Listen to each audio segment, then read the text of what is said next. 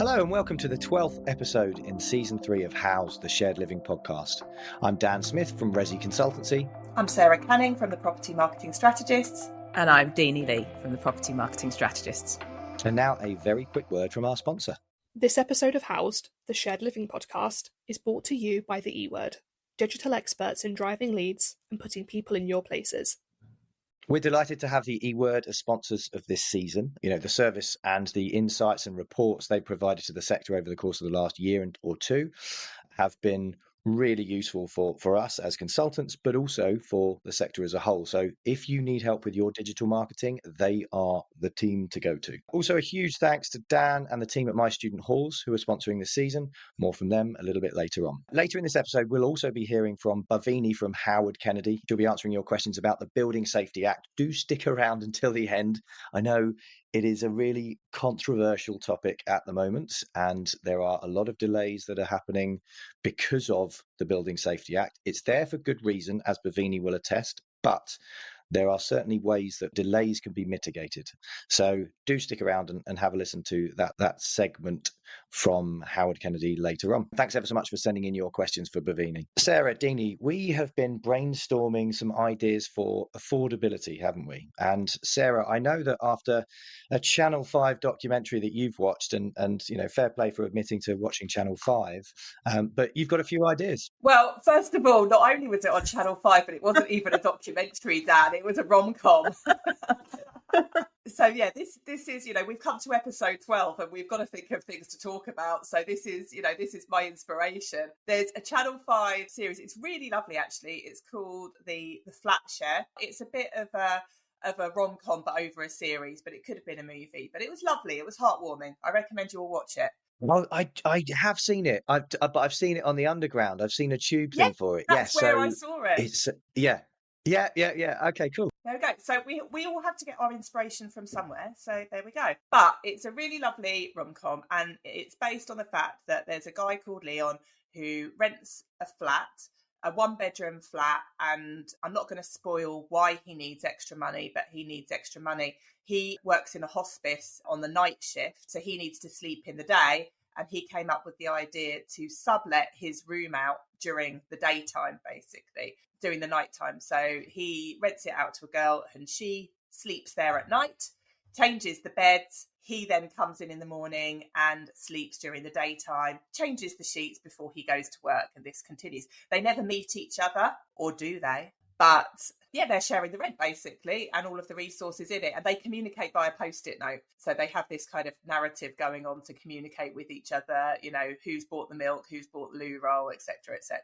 But it did make me think, and we have talked to university clients about this. It's not taken off. We've got no basis for thinking it would, but when we know that there are lots of commuting students who only need to be on campus 2 or 3 days a week, who are missing out on a university experience, or you've got city workers in BTR that are only using their flat maybe Monday night to maybe Wednesday night, maybe Thursday night, is with, you know, people not only not being able to afford to buy, but there's plenty of people, you know, that maybe can't afford to live in the cities or don't need to live in the city 7 days a week. Is there a basis that people could share the rent, maybe, you know, half the week each? I'm not necessarily suggesting the 12-hour turnaround like in the Flatshare, but yeah, what do you guys think? I am sure this does exist somewhere in Japan. Someone has told me about this probably a fair few years ago now, that in another country they have flats that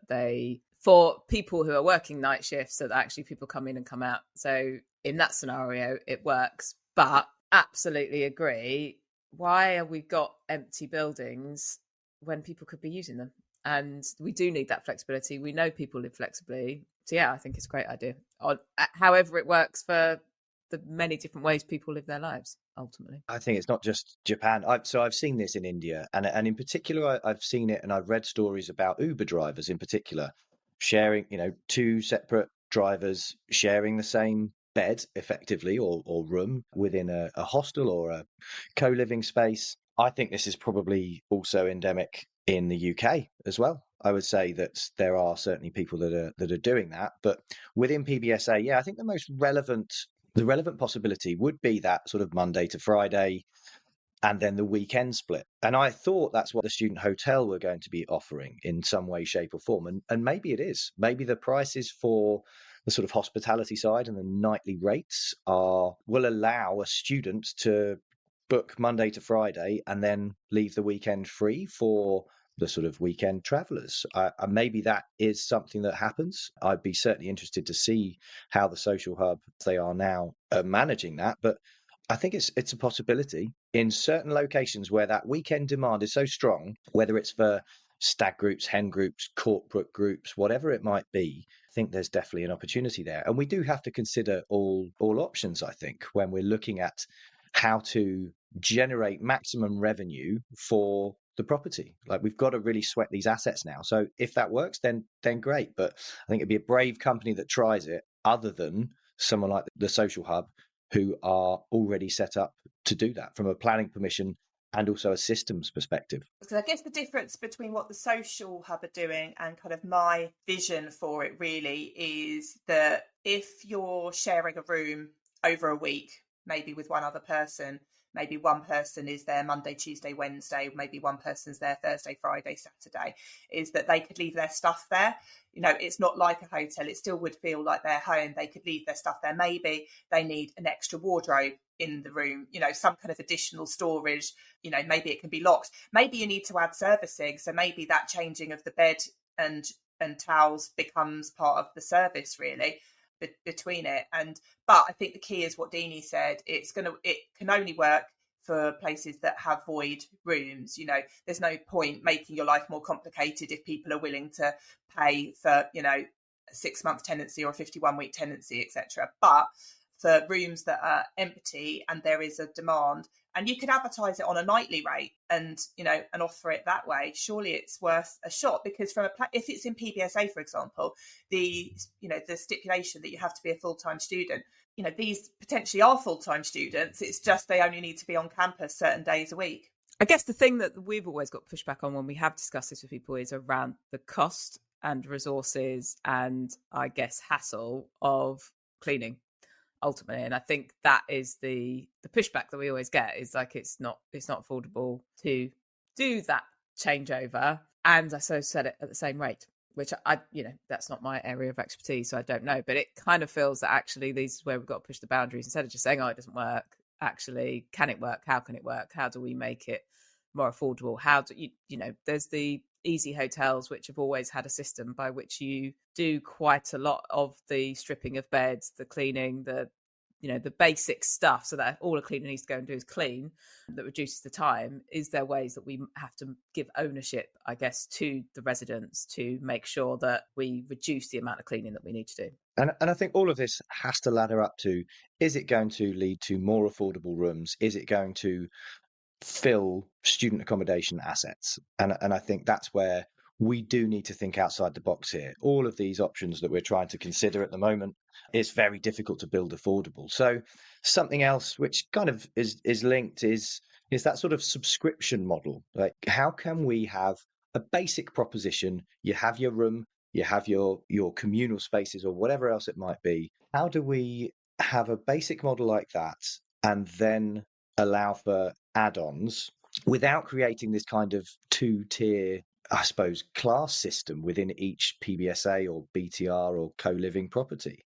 I think that is a real challenge, but I do think there is an opportunity there. What do you think, Sarah, Deanie? I think from a subscription model, and this, I heard Bart Sassim talking about this on the Pillow Talk podcast, but I think it depends on the base point that you start from. So he was talking about, for example, cleaning being an additional add-on. And you see this quite a lot in hotels now, actually, that you can, opt not to have your room cleaned. So I think that's a good example, but it assumes a kind of a base level of service that's already quite high. I think where we're probably coming from is that the base model starts quite low and you build the services up for it. And it's difficult to imagine in BTR and PBSA because there's so much included already. It's really difficult, I think, for us to imagine a point that you've just got a room basically, and if you want to go to events you pay for it, if you want to use the gym you pay for it, if you want to book out the cinema room you pay for it, if you want cleaning you pay for it. But like Dee said in our segment before, rather than just writing it off that it can't work, it doesn't work, is surely in some instances it's worth trying. But I know, Dan, you had an example where this maybe is already being done in the UK. Yeah, so I know that Vita have a huge number of extra services that they can offer to students, and I know that they've tried it. I don't know the results, I don't know how that went, but when they were launching House of Social, their sort of co-living brand, as it were, and based in Manchester, I know that that was an option. So that subscription model is being tried and tested in various different places, but whether that is because it was a phased launch of communal spaces or whether it was actually, making prices attractive, I don't know. So but yeah, I'll have to reach out to the team at Vita and find out a bit more about how that went, because I think all options have to be on the table here. In terms of affordability, we really do, as I said before, have to think outside the box here. So if adding on cleaning and not having it just be a sustainability play, because that's what it is in hotels, isn't it, Sarah? It's a sustainability play. If you don't want your beds changed, you don't get any money back. You just potentially save a wash, which is great for the hotel, but doesn't necessarily, lead to any other further benefits for the person staying there. So I think if we can take some of those potential cost savings in that, say, the weekly room cleans and make that optional or whatever it might be, then great. Study and do weekly cleans. Vita also do weekly cleans. There's several others too. If you could make it more affordable by saying, look, you can either choose to opt into that or not, it's entirely up to you. I think that's something good. But then how do you then also guard your brand identity and your USPs if you're saying to people, you can have this amazing property and all of these facilities and services, but actually we'll take those away from you if you want it a bit more affordable. I worry about how that does create the sort of class system within PBSA where, yeah, it's not just based on loyalty that you get access to extra amenities and services. It's based on affordability and whether you can actually afford to do those. But then, do you need access to the gym if you've already got your own gym membership elsewhere? Maybe just saying like, no, I won't use the gym. It's a access controlled gym. Therefore, it wouldn't let you in based on your permissions. Would that be an option? Yeah, I think it's definitely something worth thinking about. Does it need to come down to strategic planning in that, is this really going to work with the buildings and properties and models we've got now, or does it have to be intended? Because I guess if you want to sell gym membership to someone who wants to pay gym membership, you need to have a pretty decent gym to enable them to do that, which by having a pretty decent gym, you could probably open it up to non-residents as well who would come and pay. So therefore you make it become a model that works. And actually, I did have to do this in a former life whereby there was a decision made that we were no longer going to be running a residential life programme as a freebie. Budgets weren't there, so therefore we had to set up as a membership service. We did our best, we did all right, but you almost have to invest more to make it so good that people want to do it. So you've got to take that risk of investment to build it in. So I think it can work, but I think it has to be intended. And I think part of the problem we've got in PBSA and BTR comes down to these lack of product models and product diversity.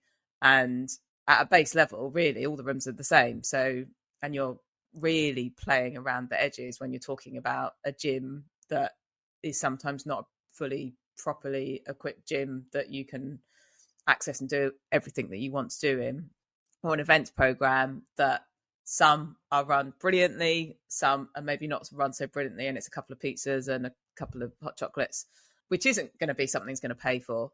So I think it can work, but it has to be intended and it has to be thought out. And that comes with additional resources and investment, and it comes down to making an investment. I think that where it could work really well is in that kind of flexible living mixed tenure kind of model that we discussed, months ago.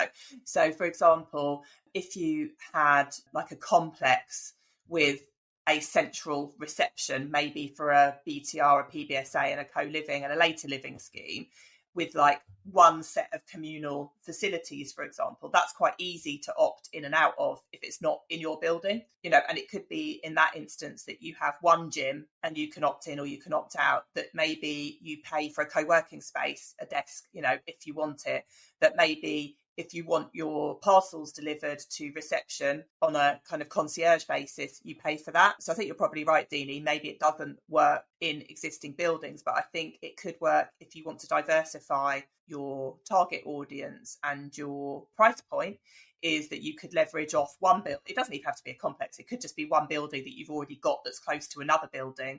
And actually all of the great facilities are in the one building, and maybe you have another building where there are no facilities and you pay to go to the other building. We see this in hotels, don't we?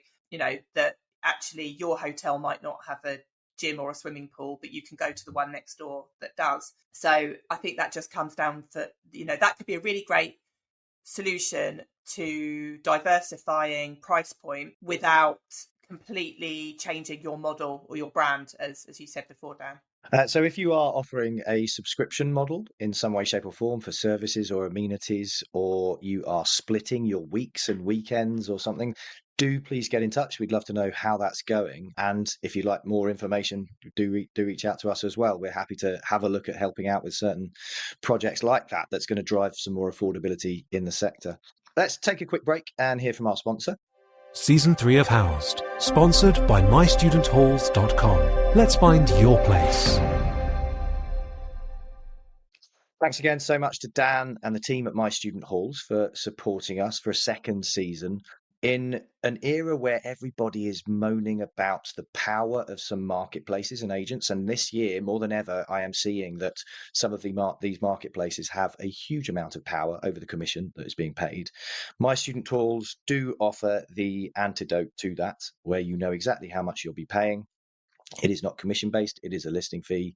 So do get in touch because they will generate a significant number of leads for your property. So before we go on to the Ask the Expert section with Bhavini Patel, I would just like to talk quickly about a potential lack of representation for the PBSA sector.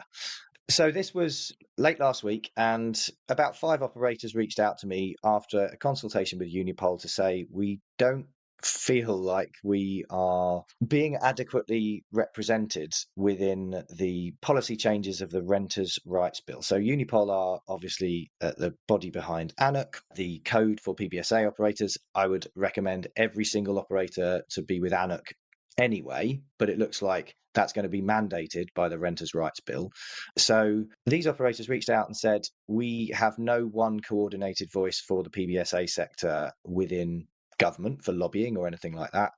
And these are some of the problems that we can see. So I had to cut through all of the issues that they had with the current iteration of the Renters' Rights Bill and the suggested changes by Unipol.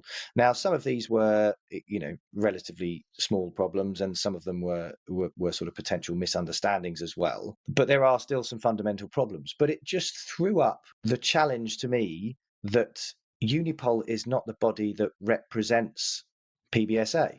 It's the body that regulates it. And that's fine. Like it says at the top of their website on the About Us page, Unipol is effectively here for students. And I think that's the mission that they've got. It's the one that they do incredibly well. I had a really good chat with Victoria late last week. It was Victoria told me Loverseed. And I know that they've got Sam Bailey-Watts joining the charity as well. And I just think that if Unipol aren't there to represent us, who is? I don't know if you guys have got any further thoughts on it. No, and I think it's what the discussion we've had several times is that the PBSA sector doesn't collaborate or have a system by which they can feed back their thoughts or benefits or ways that they can help the sector. It feels very much that they are not part of any of the other sectors around rental living, really. And I think we had this discussion when we talked about planning, that actually none of us really know whether PBSA is built into house planning targets. They're sitting out on their own, and I guess there isn't, that we can understand, anyone that's actually the voice, a collaborative voice speaking for the sector. Yeah, and I think, we've been talking about this over the weekend, but ARL feels like the natural place for this to sit, because they are the Association for Rental Living. PBSA is part of the rental living sector. And, I know that they've got some really great expertise, particularly around BTR and single family housing, already as part of their committee. So it feels like PBSA could be part of that. And as we've already discussed many times, that students are living across all different rental living types. So therefore, it's a brilliant opportunity to share that experience and that knowledge amongst other sectors as well. But I guess it struck me that has that penny just dropped with people that who Unipol is and what they are, and that maybe there's been a misunderstanding this whole time, about what they represent. I think that's the case. So I put this out on LinkedIn on Monday morning because it dominated the latter part of my Friday, and I didn't need to do it, but it's somewhere where I think people are looking for thought leadership in some way, shape, or form, and so I've just seen as we're recording this that Brendan Geraghty from the ARL has just responded talking about students in BTR, but it doesn't change the fact that there's still no PBSA representation. So, that's kind of the case. We had asked him to clear that up, but that still isn't clear. Kellyanne from the Class Foundation has also commented on that, and she is saying that they're collaborating with the British Property Federation, and that's good, but British Property Federation is gigantic. And again, there's no sort of PBSA guidance that we can see. There is a committee specialised in PBSA there, so that is a step in the right direction. But is BPF going to be the right forum for us to get our sort of niche points across and to do the thought leadership work, the lobbying, the policy advisory that the government so clearly needs? Potentially, I don't know. This isn't us saying that we're setting something up, by the way. We're very much opening this to the floor to say, well, who's actually looking after the PBSA sector here? Because as far as we can see, it isn't anybody. ASRA and Cubo are very concerned with universities in particular. Doesn't seem to be PBSA representation particularly within that, and certainly the government aren't necessarily looking to those bodies for policy guidance or consultation. BPF is probably the closest that we can see to it, but again, like there's clearly not a huge amount that's been done at the moment. I've seen the committee there on BPF. It does look good. It's they're good names on that list, who would be a good cross section of development, investors, operators. There's a lot of agents in there though. That's which is a slight concern. I'll be completely honest. But yeah, I just think this is definitely something that warrants more discussion across all levels, and I'll definitely reach out to Kellyanne and to Brendan as well, just to see what else we can do to really push PBSA to the top of the agenda within some of these more general property federations like the ARL, Association for Rental Living, and the British Property Federation as well. So yeah, hopefully that we'll have some more information on that next week, but we will let you know. And on that note, I think that's time for us to close out as we discuss the Building Safety Act with Bhavini Patel from Howard Kennedy. As one of the UK's largest real estate legal teams, Howard Kennedy brings deep industry insight and commercial solutions to support clients in an ever-evolving real estate landscape. We deliver tailored solutions that help our clients realise their goals, working in close collaboration to navigate every stage of the property lifecycle. Hello, I'm here with Bhavini Patel from Howard Kennedy to discuss the Building Safety Act. Now, we've been hearing from the various experts at Howard Kennedy over the past couple of episodes because, to be honest, we want full clarification from a legal perspective on some of these points. So, Bhavini, welcome to the podcast. Thank you. If you can just give us a brief outline of the Building Safety Act. I know that is a very difficult thing to do, but just want our listeners to understand where things are up to and how it may be impacting their business, although I'm sure they're already aware. Yeah, so I always try and break it down into three main areas. And what I will start by saying is I think this is or should be welcomed change, because for far too long, I think we've had poor building practices and poor management of people's homes, and the safety of their homes ought to be paramount. Now, I know that's come with a lot of confusion and red tape, but I think it is it is necessary. So I break it down into three main areas. We have the remedying historic defects part of it, where landowners, developers are being mandated to go back onto buildings, either that they own or might have built and developed out in the last 30 years, to check for the safety of those buildings. And by that, I mean workmanship, and to establish whether they are safe. If they're not, then we require remediation works. The second aspect of it is a leaseholder focus. So we're talking about buildings where leaseholders pay service charges. And there are new leaseholder protections introduced by the Act.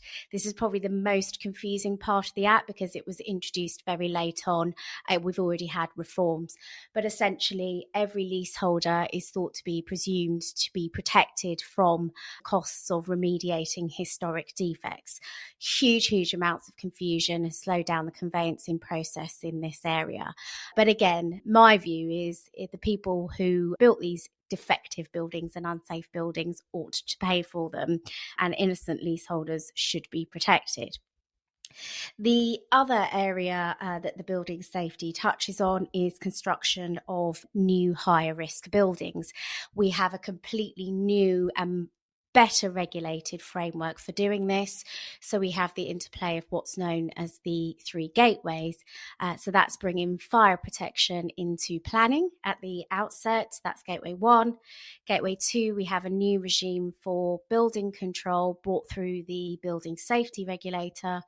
And then gateway 3, which is the occupational phase, where buildings can't be occupied until the building safety regulator is satisfied that that building has been built in accordance with the plans that went through gateway 2. And then just tying on to that looking forward element, we have a whole new way of actively and positively managing higher risk buildings. That's often referred to as the duty holder regime. And it's a brand new way of managing buildings to make sure that they're safe. That's really clear. And I think that the way that you set that out is right. You know, this is a necessary piece of legislation. We know that that's the case. I think the frustration that I'm seeing from firstly some of the questions that have been asked, but also just the general work that we do in PBSA, BTR, and co-living is about Gateway 2 in particular, and ultimately the delays that is causing. And that sort of leads us on nicely to a question from Aaron Bailey at GSA, who asks, is there any recourse for an unreasonably long delay in response from the safety regulator for Gateways 2 and 3? So if you could answer that would be really helpful. Yeah, so the very short answer is no, because we are within the hands of the regulator for the sign-off of this process. I think there's no denying that there is clearly a resourcing issue at the regulator. I think they've been overwhelmed with the number of Gateway 2 applications, less so for new constructions of high-risk buildings, but more so where people want to do works within higher risk buildings. And it's worth mentioning that these historic remediation works that we're talking about, they are not exempt from the gateways. So you're finding people who want to fix their buildings can't because they're trapped in the gateway regime. That being said, I think applicants can do things to make life easier for them. I recently read some stats where the regulator had said almost 3/4 of the applications that they had received did not meet the basic prescribed requirements of an application. So it is about putting in applications that are valid to make sure they're not either rejected, which the regulator has been resistant to do, and they have in fact been granting extensions of time to allow people to fix defects with their original applications. And so I think it is about better understanding what is needed from one of these applications, making sure you put in a valid application, and having a really clear dialogue with the regulator and being receptive to making changes to that application as things progress. Fantastic. I think that's all we've got time for this current episode, but we will definitely come onto this, and we'd love to have you back on to just discuss a few more of the questions that we've got. So for now, thanks ever so much, Bhavini, and we will come back to you in future episodes. Thank you. So thanks very much to Howard Kennedy for that. Thank you very much, Bhavini, for that insight. We know that we will be having you back. The Building Safety Act is a very hot topic for us within PBSA. I did see that there was a building that was built in 11 months, just recently completed, which is great. Then I looked into it and realised that that was well before the planning application was put in, well before the Building Safety Act came into play. So that still took 6 years to get off the ground, which is great that because it was modular, it was 11 months to build. Anyway, thanks ever so much to the E-Word for being our headline sponsor for the season.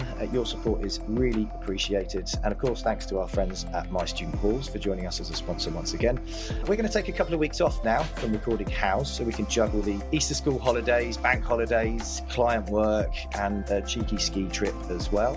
But we'll be back with a brand new season of Housed after Easter with even more topics, some new sponsors, and some more legal questions being answered by Howard Kennedy.